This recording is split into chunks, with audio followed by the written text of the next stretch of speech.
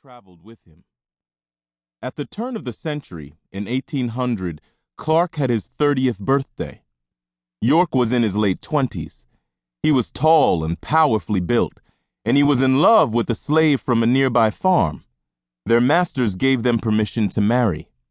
A marriage between slaves was a simple ceremony, usually conducted by the master of the house or plantation.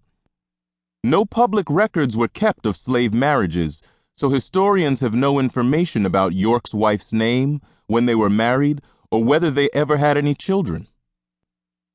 In July 1803, William Clark received a letter from Meriwether Lewis, who had become a friend while they were both serving in the Army. It told of President Thomas Jefferson's plan to explore the unmapped West all the way to the Pacific Ocean. Lewis asked Clark to help him lead this extraordinary expedition. Clark accepted eagerly. He wrote, "My friend, I join you with hand and heart." While Lewis prepared for the expedition, Clark began to seek the kinds of men they would need for this wilderness adventure. The two leaders agreed that the men should be young, healthy, hard workers who had experienced living and hunting in the rugged outdoors. Lewis and Clark tried to choose the best men from among the many who volunteered. As a slave, York could not volunteer or refuse to go on the expedition. Whether he went was up to his master. William Clark had no doubts. He had relied on York's help for many years. He wanted trusty York at his side. The Lewis and Clark expedition, called the Corps of Discovery, set out on May 14, 1804, by boat up the Missouri River. York was one of about 4 men who rowed the Corps' large keelboat and 2 smaller flat-bottomed pirogues. The boats were heavily loaded with food, clothing, tools, weapons, gunpowder, and lead for bullets.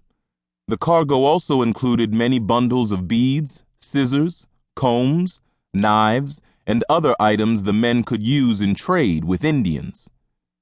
The Missouri was wide, swift, and dangerous. The boatmen had to avoid branches and sometimes whole uprooted trees swept downstream by the current. At times, York and the other men struggled to free a boat that had become stuck on a sandbar. Each day, the crew labored many hours using oars, long poles, or tow ropes to advance about 10 miles upstream. Each morning, some of the men set out on foot with their rifles to hunt for the expedition's meat. Meriwether Lewis often explored alone with his Newfoundland dog, Seaman. He collected leaves of plants and made observations about the land and its wildlife. Clark usually stayed aboard ship, estimating distances and taking compass readings that would help him draw accurate maps. Lewis and Clark, as well as several other members of the Corps, kept journals. They wrote of many things, from pesky mosquitoes to badgers, bison, and other animals they saw for the first time in their lives. They wrote about daily events, dangers, and jobs well done. On June 5, 1804, Clark wrote, "My servant York swam to the sandbar to gather greens for our dinner. The men ate mostly meat, so having watercress or other wild edible leaves with the meal was a treat, and good for their health." Later in the summer, Sergeant Charles Floyd became ill, complaining of a terrible pain in his stomach.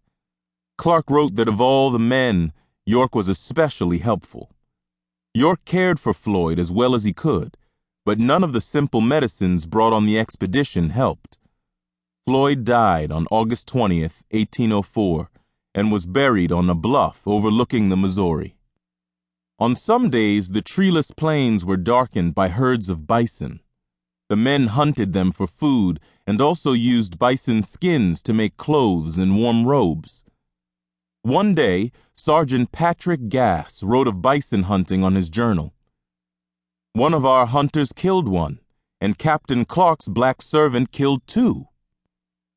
In September, the expedition paused for 3 days near the villages of the Teton Sioux, while Lewis and Clark met with the leaders of this powerful tribe. One of their goals was to learn about Native Americans and to promote friendly relations with them. However,